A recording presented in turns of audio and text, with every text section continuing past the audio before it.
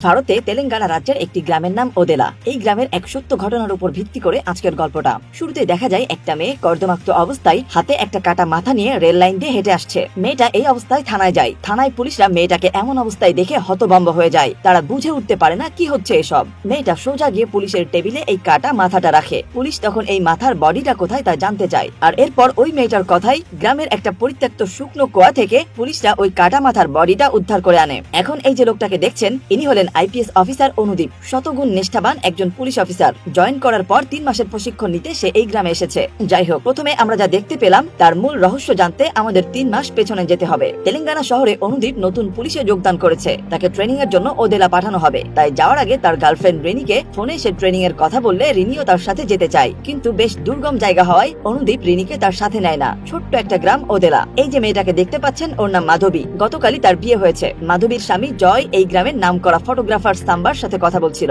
আসলে সাম্বাই গতকাল তাদের বিয়ের সব ছবি তুলেছে। তারা বসে গতকালের তোলা ছবিগুলো দেখছিল। মাধবী বের হতেই জয় তখন মাধবীর দিকে তাকায়। অন্যদিকে দেখা যায় একটা মহিলা তার স্বামীকে ঝাঁটাপেটা করছে। এই মেয়েটার নাম রাধা আর তার স্বামীর নাম ধীরুপদী। রাতে ধীরুপদী মদ খেয়ে বাড়ি ফিরে চুলোর ভিতর হিসু করেছে। এই জন্যই রাধা তাকে পেটাচ্ছে। আসলে ধীরুপদী এই কাণ্ড প্রতিদিনই করে, আর এমন কাজ করলে মার তো খেতেই হবে। এর মধ্যেই বাইক নিয়ে একজন লোক তাদের বাড়িতে আসে, যার নাম রানা। সে এই গ্রামের পঞ্চায়েত ধীরুপদীকে বলে, এ কি ধীরুপদী, প্রতিদিন মদ খেয়ে বউয়ের হাতে মার খেতে কি ভালো লাগে? তুই তো দেখছি আমাদের পুরুষ জাতির মান সম্মান ডুবাবি। এর থেকে মদ খাওয়া ছেড়ে দিলেই তো পারিস। কিন্তু ধীরুপদী তো মদ ছাড়তে রাজি না। সে পঞ্চায়েতকে বলে, আপনি যেদিন পঞ্চায়েতের নির্বাচনে হারবেন ওই দিন আমি মদ খাওয়া ছেড়ে দেব। আসলে এই গ্রামে রানার সাথে নির্বাচন করার মতো কোনো প্রতিদ্বন্দ্বী নেই। তাই পঞ্চায়েত নির্বাচনে প্রতিবারই বিনা প্রতিদ্বন্দ্বিতায় জিতে যায়। তাই গ্রামের সবাই জানে, সূর্য পূর্ব দিকে না উঠে পশ্চিম দিকে উঠলেও প্রতিবার নির্বাচনে রানার পঞ্চায়েত হওয়া কেউ আটকাতে পারবে না। আর এই জন্যই ধীরুপদী বুদ্ধি করে এই কথাই বলেছে, যাতে তাকে আর মদ ছাড়তে না হয়। যাই হোক, পঞ্চায়েত মূলত শার্ট আয়রন করাতে ধীরুপদীর বাড়িতে এসেছে। তার মানে ধীরুপদী আর তার বউ ধোপার কাজ করে। তবে রাধা একজন সৎ মহিলা, তার মধ্যে কোনো লোভ লালসা নেই। ওই দিন রাতের বেলা কয়েকজন লোক জঙ্গলের মধ্যে বসে মদ খাচ্ছিল, আর তাদের মধ্যে একটা ছেলে ফোনে মাধবীর ছবি বের করে দেখছে। এই ছেলেটার নাম বিবেক। আসলে তার সাথে মাধবীর রিলেশন ছিল। তাই মাধবীর বিয়ে হয়ে যাওয়ার পর সে একেবারেই ভেঙে পড়েছে। সে কিছুতেই মেনে নিতে পারছে না যে মাধবী আর এখন তার নেই। তখন বিবেকের বন্ধুরা তাকে বলে, কি করলি তুই জীবনে? প্রেম করলি তুই, আর ভোগ করছে আরেকজন। আসলে তুই অনেক বোকা। তোকে কতবার বলেছিলাম, তুই তো আমার কথা শুনলি না। কিন্তু বিবেক মাধবীকে অনেক ভালোবাসতো। তার প্রেম ছিল পবিত্র। তখন তার বন্ধুরা বলে, আজ ওদের ফার্স্ট নাইট, দেখ নিশ্চয়ই অনেক মজা করছে। এসব শুনে বিবেক প্রচন্ড রেগে যায়। সে অনেক মদ খায় আর রেগে গিয়ে বলে, আজই আমাকে কিছু করতে হবে। পরদিন সকাল হতেই পাশের বাড়িতে চিৎকার চেঁচামেচি শোনা যায়। সবাই বলছে মাধবী মারা গেছে, কেউ তাকে মেরে জঙ্গলে ফেলে গেছে। গ্রামের সবাই তখন দৌড়ে সেখানে যায়। খবর পেয়ে ঘটনাস্থলে পুলিশ চলে আসে। তখন পুলিশ কালভার্টের পাইপের মধ্যে মাধবীর লাশ খুঁজে পায়। দেখা যায় কেউ তাকে ধর্ষণ করে ক্ষত বিক্ষত অবস্থায় ফেলে পালিয়ে গেছে। পুলিশ ঘটনাস্থলে এক জোড়া জুতো পায়। তখন সবাই মাধবীর স্বামী আর শ্বশুরকে সন্দেহ করে। তাই পুলিশ তাদেরকে ধরে নিয়ে আসে। তখন মাধবীর স্বামী বলে, স্যার আমি আমার স্ত্রীকে মারিনি, এটা বিবেকেরই কাজ। কারণ আমাদের এঙ্গেজমেন্টের পর ও আমাদের মারার হুমকি দিয়েছিল।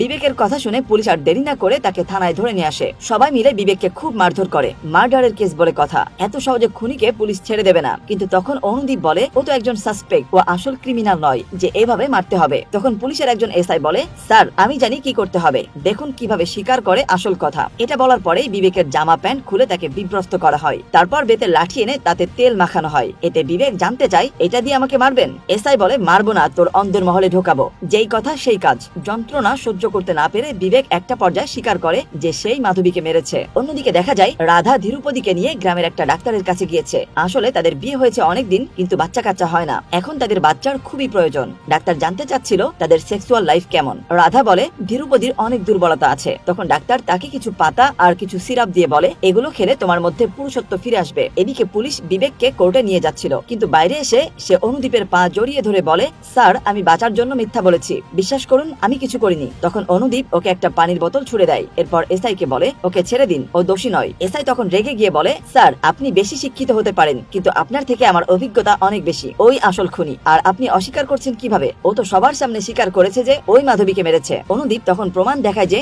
ভিকটিমের সব আঘাত ছিল ডান দিকে, কিন্তু বিবেক বাহাতি। আর ঘটনাস্থলে যে জুতো পাওয়া গেছে তার সাইজ হলো 10, কিন্তু বিবেকের জুতার সাইজ 8। আর সব থেকে বড় বিষয়, পোস্টমর্টমে যে ডিএনএ পাওয়া গেছে তার বয়স 30 হবে, কিন্তু বিবেকের বয়স তো 25ই হয়নি। ফলে পুলিশ এখানে বিবেককে ছেড়ে দেয়। এর মধ্যে খবর আসে ওয়ার্ড মেম্বারের ছেলের বউকে কেউ খুন করেছে। পুলিশ ঘটনাস্থলে যেয়ে দেখে জঙ্গলের মধ্যে একটা মেয়ের রক্তাক্ত দেহ পড়ে আছে। আশেপাশের সবাই বলছে মেয়েটার মাত্র কিছুদিন আগে বিয়ে হয়েছে, এখনো তার হাত থেকে মেহেদির দাগ ওঠেনি। এতে অনুদীপের একটু সন্দেহ হয়, কারণ দুটো খুনই হয়েছে নতুন বউয়ের, আর এই দুটি খুনের মধ্যে মিলও রয়েছে। তার মানে এটা কোনো সাধারণ খুন হতে পারে না, এর পেছনে নিশ্চয়ই কোনো বড় হাত আছে। তবে এসআই এই কথা মানতে নারাজ। তার ধারণা এগুলো স্বাভাবিক খুন। অনুদীপ মার্ডারের স্থানে একটা ফোন পায়, কিন্তু ফোনটাতে চার্জ ছিল না, তাই সে রাতের বেলা থানায় গিয়ে ফোনটাতে চার্জ দেয়। এরপর ফোনটা ওপেন করে সব মেসেজ কল চেক করে দেখে। একটা পর্যায়ে গ্যালারি ওপেন করতে সে গ্যালারিতে একটা ভিডিও পায়, কিন্তু সেখানে কোনো মানুষের চেহারাই দেখা যাচ্ছে না, শুধু অডিও শোনা যাচ্ছে। এখানে শোনা যাচ্ছিল এক ব্যক্তি কোনো এক মেয়েকে তুলে এনে তাকে টর্চার করছে। এরপর তার স্বামীর সাথে কাটানো প্রথম রাতের ব্যাপারে জানতে চাইছে।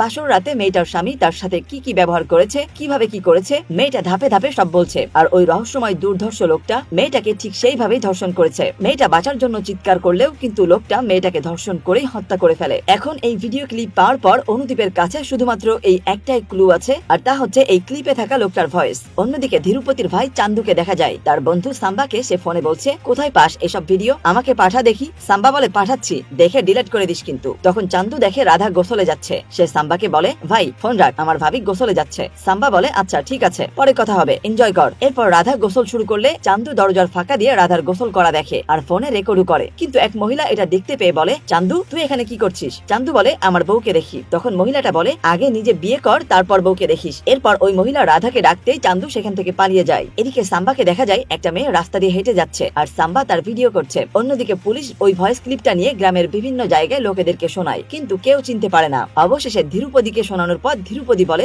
গলাটা আমার পরিচিত মনে হচ্ছে। তখন সে চান্দুকে ডেকে বলে, দেখ এটা সাম্বার আওয়াজ মনে হচ্ছে, ওই তো এই ধরনের বাজে শব্দ ব্যবহার করে। কিন্তু চান্দু বলে, আরে না, ওর মতো হলেই কি ওর ভয়েস হবে নাকি? চান্দুর এমন আচরণ সন্দেহজনক দেখে পুলিশ সাম্বাকে থানায় নিয়ে আসে। সেখানে অনুদীপ ভয়েস রিকগনিশন সফটওয়্যার ব্যবহার করে সাম্বার ভয়েস ম্যাচ করানোর চেষ্টা করে, কিন্তু তার ভয়েস ম্যাচ করে না। ঠিক তখনই সাম্বার পক্ষ নিয়ে একজন উকিল সেখানে আসে। সে বলে যে সাম্বা ওই দিন অন্য গ্রামে বিয়ে বাড়িতে ভিডিও করছিল। তখন বাধ্য হয়ে এসআই সাম্বাকে ছেড়ে দেয়। অনুদীপ যেহেতু এখনো ট্রেনিং নিচ্ছে, তাই সে সিনিয়র হলেও এখন এসআই এর সিদ্ধান্ত মতো তাকে কাজ করে যেতে হবে। আর এসআই চায় না যে তার কাজে অনুদীপ বাধা দিক। ওই দিন এসপি কল করে এসআই কে দ্রুত কেসের রিপোর্ট জমা দিতে বলে। এসপির কথা শুনে এসআই চিন্তায় পড়ে যায়। তাকে চিন্তিত দেখে অনুদীপ বলে, বেশি চিন্তা না করে খুনিকে খুঁজুন, তাহলেই তো সমস্যার সমাধান হয়ে যাবে। যেহেতু অনুদীপ তার প্রতিটা কাজে ইন্টারফেয়ার করেই চলেছে, তাই এসআই অনুদীপকে আর পছন্দ করছে না। সে অনুদীপের কথায় রেগে গিয়ে বলে, স্যার পরীক্ষায় পাশ করা আর কেস সলভ করা এক বিষয় নয়। অনুদীপ তাকে বলে, এখন টেকনোলজি অনেক এগিয়ে গিয়েছে, ডিএনএ টেস্ট করালেই তো আসল খুনিকে সহজে ধরা যাবে। এটা শুনে এসআই বলে, এতটা সহজ নয়, এর আগে একটা রেপ কেসের জন্য ডিএনএ টেস্ট করাতে দিয়েছিলাম, কিন্তু 6 মাস লেগেছিল রিপোর্ট হাতে আসতে। তখন অনুদীপ তাকে কিছু জায়গার নাম বলে। সে বলে, এইসব জায়গায় গেলেই 4 দিনের মধ্যে টেস্টের রিপোর্ট হাতে পাওয়া যাবে। এসআই বলে, তাহলে আপনি কি বলছেন, গ্রামের সব মানুষদের ধরে নিয়ে ডিএনএ টেস্ট করাবো? এটা কি সম্ভব? তখন অনুদীপ বোর্ডে একটা ছক আঁকে। সে গ্রামের মহিলা, বাচ্চা এদের সবাইকে বাদ দিয়ে 25 থেকে 30 বছর বয়সের মধ্যে যারা পড়ে আর যাদের জুতোর সাইজ 10 তাদের একটা লিস্ট করে। আর তখন দেখা যায় এই শর্ত অনুযায়ী 20 থেকে 25 জনের ডিএনএ টেস্ট করালেই হয়ে যাবে। অনুদীপ তখন এসআই কে রাজি করিয়ে ওই 25 জনের স্যাম্পল নিয়ে একটা ল্যাবে পাঠায়, কিন্তু টেস্টের রেজাল্ট আসতে 10 দিন লাগবে। তাই এখন শুধুমাত্র অপেক্ষা করতে হবে। আর এখন তাদের একটাই কাজ, আর তা হলো এর মধ্যে গ্রামে আর কোনো ঘটনা ঘটে কিনা তার খেয়াল রাখা। কিন্তু এর মধ্যেই বিপত্তি ঘটে। দেখা যায় গ্রামের পঞ্চায়েত আসে পুলিশ স্টেশনে। আসলে সামনেই তার মেয়ের বিয়ে, আর তাই সে পুলিশ স্টেশনে আসে বিয়ের দাওয়াত দিতে। বিয়ের কথা শুনে অনুদীপ বলে, এখন গ্রামে সব মেয়েদের বিয়ে হলে খুনের ঘটনা ঘটছে, আর তাই আমার মনে হয় এই মুহূর্তে আপনার মেয়ের বিয়ে দেওয়া ঠিক হবে না। তাই বিয়ের তারিখটা দয়া করে পেছানোর চেষ্টা করুন। আমরা আশা করছি এই বিষয়গুলো খুব দ্রুত সমাধান করে ফেলবো। কিন্তু পঞ্চায়েত বলে, গ্রামের আর 5টা মেয়ের সাথে আমার মেয়ের তুলনা হয় না। আর সব থেকে বড় কথা হলো,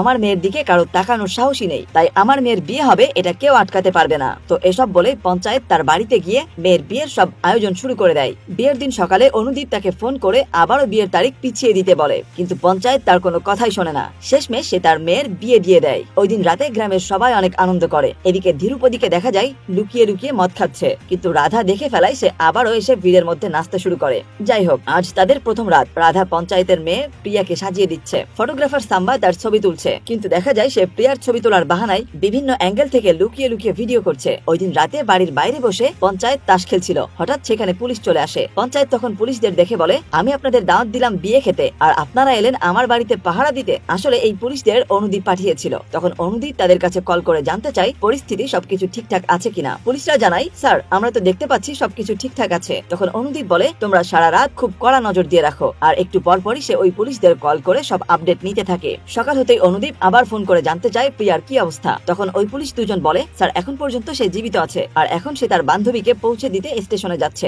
অনুদীপ তখন প্রিয়াকে নজর রাখতে বলে। এরপর ওই পুলিশ দুজন প্রিয়ার পেছন পেছন হাঁটতে থাকে। তখন ওই সাইকো কিলারকে দেখা যায় ভুট্টা ক্ষেতের মধ্য দিয়ে হাঁটছে। প্রিয়া স্টেশনে বান্ধবীদের সাথে ট্রেনের জন্য অপেক্ষা করছিল। অপরদিকে পুলিশ প্রিয়ার উপর নজর রাখার জন্য চায়ের দোকানে এসে চা খাওয়ার নাটক করে। ঠিক তখনই ট্রেন আসে, কিন্তু ট্রেনটা চলে যাওয়ার পরে দেখা যায় সেখানে প্রিয়া নেই, আর সেখানে তার বান্ধবী রাস্তার উপর পড়ে আছে। এইসব দেখে ওই পুলিশেরা দ্রুত কল করে অনুদীপকে খবর দেয়। অন্যদিকে দেখা যায় ওই সাইকোটা প্রিয়াকে ভুট্টা খেতে নিয়ে গেছে। তখন ওই লোকটাকে দেখে প্রিয়া চিনতে পারে। সে বলে, তুই এইসব খারাপ কাজ করে বেড়াস তাই না? তুই চিনিস না আমার বাবাকে? তখন সে বলে, তোর বাবাকে তো আমি চিনি, কিন্তু তোর বাবা আমাকে ভালো করে চেনে না। এরপর সে প্রিয়াকে হুমকি দিয়ে বলে, যদি তোর বাসর রাতের কথা আমাকে না বলিস তাহলে তোকে এখানেই কেটে টুকরো করে ফেলবো। আর অন্যদিকে দেখা যায় ততক্ষণে সব পুলিশেরা ক্ষেতের মধ্যে নেমে তল্লাশি শুরু করে দিয়েছে। এদিকে প্রিয়া বাধ্য হয়ে তার সব কথা বলতে শুরু করে, আর সাইকোটা ঠিক সেভাবে প্রিয়াকে ধর্ষণ করে। এরপর সে প্রিয়াকে গলা চেপে ধরে এবং একটা পর্যায়ে প্রিয়ার মুখ দিয়ে রক্ত উঠে প্রিয়া মারা যায়। ঠিক তখনই পুলিশ তাকে ধরে ফেলে, কিন্তু পুলিশকে সে পাথর মেরে পালানোর চেষ্টা করে, কিন্তু অনুদীপ তাকে দেখে ফেলায় তার দিকে গুলি ছুটতে থাকে এবং একটা পর্যায়ে সাইকোর পেছনে দৌড়াতে দৌড়াতে অনুদীপ নিচে পড়ে যায়। এরপর একটা পাথর পেয়ে ছুড়ে মারে তার দিকে,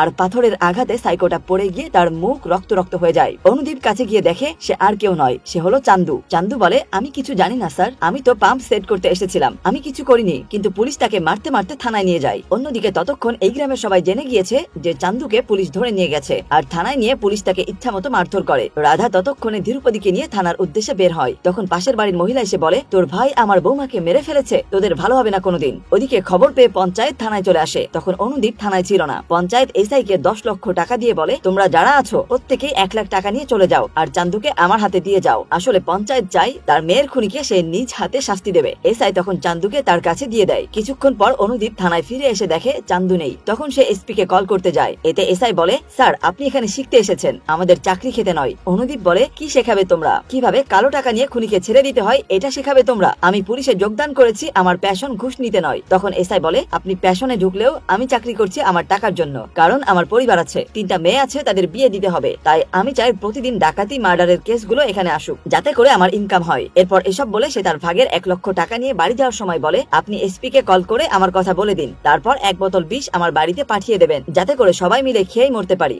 অন্যদিকে দেখা যায় থানায় রাধা আর ধীরুপদী এসে অনুদীপকে বলে, স্যার আমার ভাই এমনটা করতেই পারে না, ও তো পাম্প সেট করতে গিয়েছিল, হয়তো আপনাদের কোনো ভুল হয়েছে। তখন অনুদীপ বলে, আমি জানি তোমরা ভালো লোক, কিন্তু আমার কিছু করার নেই, কারণ পঞ্চায়েত ওকে নিয়ে গেছে। অন্যদিকে দেখা যায় পঞ্চায়েত চান্দুকে টর্চার করছে। সে তার মেয়েকে যেখানে যেখানে অলংকার পরিয়েছিল চান্দুকে ছুরি দিয়ে ঠিক সেখানেই কাটে। তখন রাধা আর ধীরুপদী পঞ্চায়েতের কাছে গিয়ে তার পায়ে ধরে কান্নাকাটি করে। তারা বলে, ওকে জেলে দিন, সারা জীবন ও জেলে পচে মরুক, কিন্তু ওকে এমন ভাবে মারবেন না। তখন পঞ্চায়েত বলে, তোমরা অনেক ভালো লোক, কিন্তু আমার একমাত্র মেয়েকে তোমার ভাই মেরেছে, ওকে কষ্ট দিয়ে মেরেছে, আর আমার মেয়েকে আমি নিজ হাতে দাফন করেছি, তাই আমি আমার মেয়ের খুনিকে এভাবে বাঁচিয়ে রাখতে পারবো না, ওকেও ঠিক একইভাবে কষ্ট পেয়ে মরতে হবে। তখন কোনো উপায় না পেয়ে রাধা আর ধীরুপদী গ্রামের সব মাথা মাথা লোকদের কাছে যায়। তাদেরকে অনুরোধ করে পঞ্চায়েতকে বুঝিয়ে চান্দুকে ছাড়িয়ে দিতে বলে, কিন্তু তাতে কোনো লাভ হয় না, কেউ তাদের পাশে এসে দাঁড়ায় না। এরপর তারা ওই উকিলের কাছে যায় যে কিনা পুলিশের হাত থেকে সাম্বাকে ছাড়িয়ে এনেছিল, কিন্তু উকিল তাদের কাছে এই কাজের জন্য 1 লক্ষ টাকা চায়, কিন্তু তাদের কাছে তো এত টাকা নেই। তাই তারা নিরুপায় হয়ে সেখান থেকে ফিরে আসে। পরদিন অনুদীপ পঞ্চায়েতকে কল করে জানায়, স্যার গ্রামে আরো একটা মেয়ে খুন হয়েছে, তাহলে চান্দু তো আসল খুনি নয়, আমাদের হয়তো ভুল হয়েছে, ওকে ছেড়ে দিন।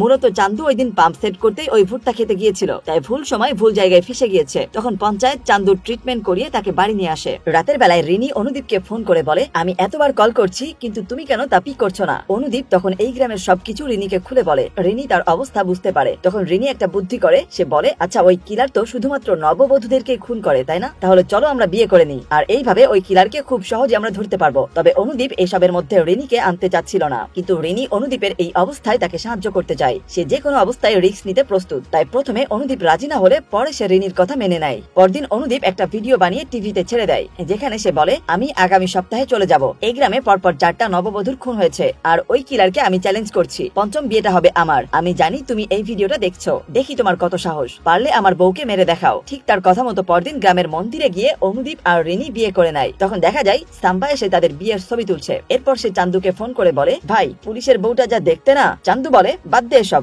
যাই হোক, বিয়ের পর তারা কোয়ার্টারে আসে, সবাই তাদের জন্য ঘর সাজাচ্ছে। তখন দরজায় একটা কাগজে দেখা যায় কিলার অনুদীপকে চ্যালেঞ্জ করেছে। এতে সবাই টেনশনে পড়ে যায়। রাধা বলে, এখন যদি কিছু হয়ে যায়, কিন্তু ধীরুপদী বলে, এত চিন্তার কিছু নেই, স্টারের সাথে ও পেরে উঠবে না। রাতে ধীরুপদীকে দেখা যায় সে টাকা বাঁচিয়ে ব্র্যান্ডের মদের বোতল কিনে এনেছে। বাইরে এসে সাম্বা আর চান্দুকে নিয়ে সে মদ খাচ্ছে, আর উপাস থেকে রাধা চিল্লা চিল্লি করছে। সাম্বা বলে, যাই বলো ধীরুপদী, আইপিএস এর ওয়াইফ কিন্তু সেই দেখতে। সাম্বা বলে, এতক্ষণে নিশ্চয়ই মাস্তি করছে ওরা। তখন ধীরুপদী বলে, আগে বিয়ে কর, তখন তুইও মাস্তি করিস।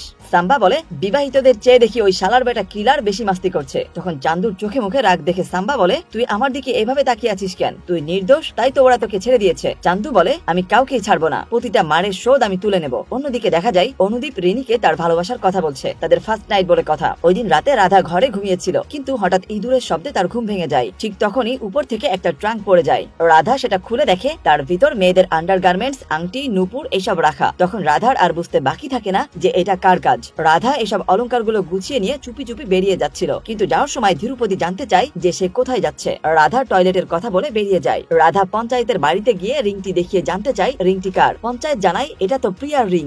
রাধা তখন সেখান থেকে দৌড়ে মাধবীর শাশুড়ির কাছে চলে যায়, তার কাছে জানতে চায় এটা কার রিং। মাধবীর শাশুড়িও জানায় এটা মাধবীর রিং। সবার থেকে বিষয়টা কনফার্ম করে রাধা বাড়ি ফিরে দেখে চান্দু আর ধীরুপতি বাড়িতে নেই। তারা কোথায় গেছে কেউ জানে না। রাধা চিন্তায় পড়ে যায়, সে তার ফোন নিয়ে বেরিয়ে পড়ে। অনুদীপকে সে কল করতে থাকে, কিন্তু অনুদীপ ফোন সাইলেন্ট করে রাখায় রাধা তাকে অনেক কল করেও পায় না। এদিকে সকাল হয়ে যাচ্ছে আর রাধা অনুদীপকে কল করে যাচ্ছে। তখন রাধা অনুদীপের কোয়ার্টারের দিকে দৌড়াতে থাকে। অন্যদিকে অনুদীপকে দেখা যায় সে বাইরে বসে পত্রিকা পড়ছিল। এর মধ্যে ধীরুপতি এসে কাজ শুরু করে দেয়। তখন অনুদীপ বলে, ধীরুপতি কাপড়গুলো সব ওয়াশ করতে নিয়ে যাও। কিছুক্ষণ পর ধীরুপতি কাপড়ের গাঁটি নিয়ে বের হয়। যাওয়ার সময় ধীরুপতি বলে, স্যার এখানে অনেক কাপড়, আমি আগামীকাল দিয়ে যাব। এরপর অনুদীপ ফোন চেক করে দেখে রাধা তাকে কল করেই যাচ্ছেন। তখন রাধা জানতে চায় ম্যাডাম কোথায়। অনুদীপ সাথে সাথে ভিতরে গিয়ে দেখে রিনি কোথাও নেই। তখন রাধা উপাস থেকে বলে, স্যার এই কিলার আর কেউ নয়, আমার স্বামী। অন্যদিকে ধীরুপতি কাপড়ের গাঁটিতে করে রিনিকে নিয়ে এসেছে। দেখা যায় ধীরুপতি কাপড় আনার সময় রিনির কাছে গিয়ে তার গায়ে হাত দেয়। রিনি ভেবেছিল যে অনুদীপ হয়তো তার সাথে এমনটা করছে, কিন্তু ধীরুপতি তাকে সেন্সলেস করে কাপড়ের মধ্যে বেঁধে নিয়ে যায়।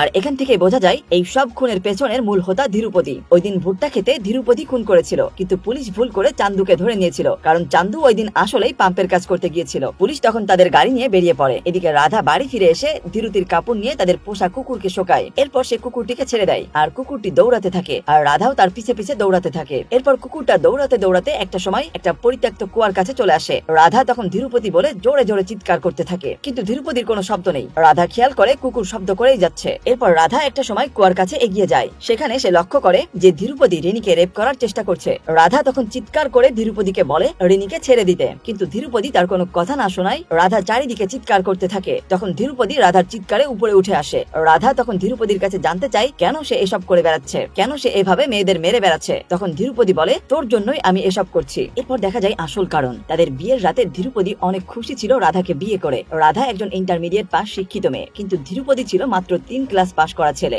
রাধা এই বিয়েতে একদমই খুশি ছিল না, কিন্তু রাধার বাবা 3 মাস আগে মারা যাওয়ায় রাধাকে বাধ্য হয়ে ধীরুপতিকে বিয়ে করতে হয়। আর তাই এই বিয়েটা ছিল তার জন্য একটা বলিদান। ধীরুপতি ওই রাতে তার সাথে ঘনিষ্ঠ হওয়ার চেষ্টা করে। তখন ধীরুপতির মুখ থেকে গন্ধ আসায় রাধা বলে, তুমি ব্রাশ করো না। এরপর তার শরীর থেকে গন্ধ আসতে থাকে। রাধা তখন জানতে চায়, সাবান ব্যবহার করো না তুমি। রাধার এইসব কথায় ধীরুপতি আরো বেশি নার্ভাস হয়ে যায়। এরপর রাধা বলে, গ্রামের সবাই যেমনটা বলে আশা করি তুমি সেরকমটা নও। ধীরুপতি জানতে চায় কি বলে গ্রামের লোকেরা। রাধা বলে, তুমি নাকি সবাইকে বোনের মতো দেখো আর তোমার মধ্যে পুরুষত্ব নেই। তখন ধীরুপতি বলে, এই সব কিছুই মিথ্যা, এমনটা সত্যি না। এরপর ধীরুপতি অনেক বেশি নার্ভাস হয়ে যায়। সে রাধাকে বলে, আমরা কাল আবার চেষ্টা করব। রাধা তখন ব্যাপারটা বুঝতে পারে এবং মুখ ঘুরিয়ে নেয়। তখন ধীরুপতি বলে, শুধু ওই রাত নয়, গত 10 বছর যাবত তোমার অপমানের কথা আমি ভুলতে পারিনি। আমি দুর্বল বলে তুমি সব সময় আমাকে অপমান করে এসেছো। এরপর একজন পুরুষ কি করবে? তুমি আমাকে সব সময় বলে এসেছো আমার পুরুষত্ব নেই, তুমি সব সময় আমাকে অপমান করেছো, আর আজ আমার এই অবস্থার জন্য একমাত্র তুমি দায়ী। তখন রাধা বলে, আমি অন্যায় কি বলেছি? ধীরুপতি বলে, একজন স্বামীকে স্বামী বা জানোয়ার বানানো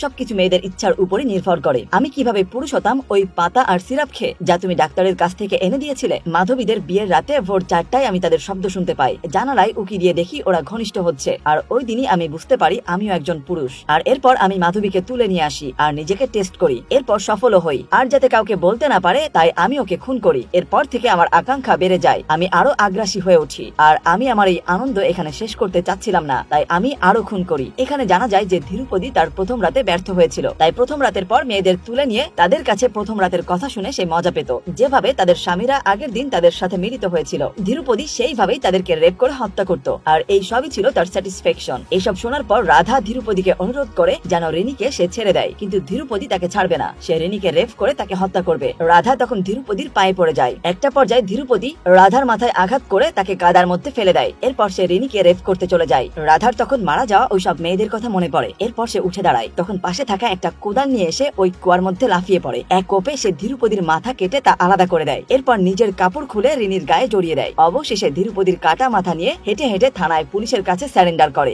যে দৃশ্যটা গল্পের প্রথমে দেখা গিয়েছিল। ধীরুপতি ধীরুপদির সাথে যা হয়েছিল সেটাকে মেডিকেলের ভাষায় ইনফেরিয়র ইম্পোটেন্সি সিনড্রোম বলে। এটা এক ধরনের রোগ। রাধার কথা ধীরুপদির মনে কষ্ট দিয়েছিল, তাকে আঘাত করেছিল, তাই সেই আঘাতে ধীরুপদি এমনটা করেছিল। এই ঘটনার পর রাধাকে কারাগারে পাঠানো হয়। এই ঘটনার পর এখন 3 সপ্তাহ হয়ে গেছে। ওই কেসটাও এখন ক্লোজড হয়ে গেছে, আর অনুদীপ ও রিনিকে নিয়ে এই গ্রাম থেকে চলে যাচ্ছে। আর এই দৃশ্যের মধ্য দিয়েই গল্পটা এখানে শেষ হয়ে যায়।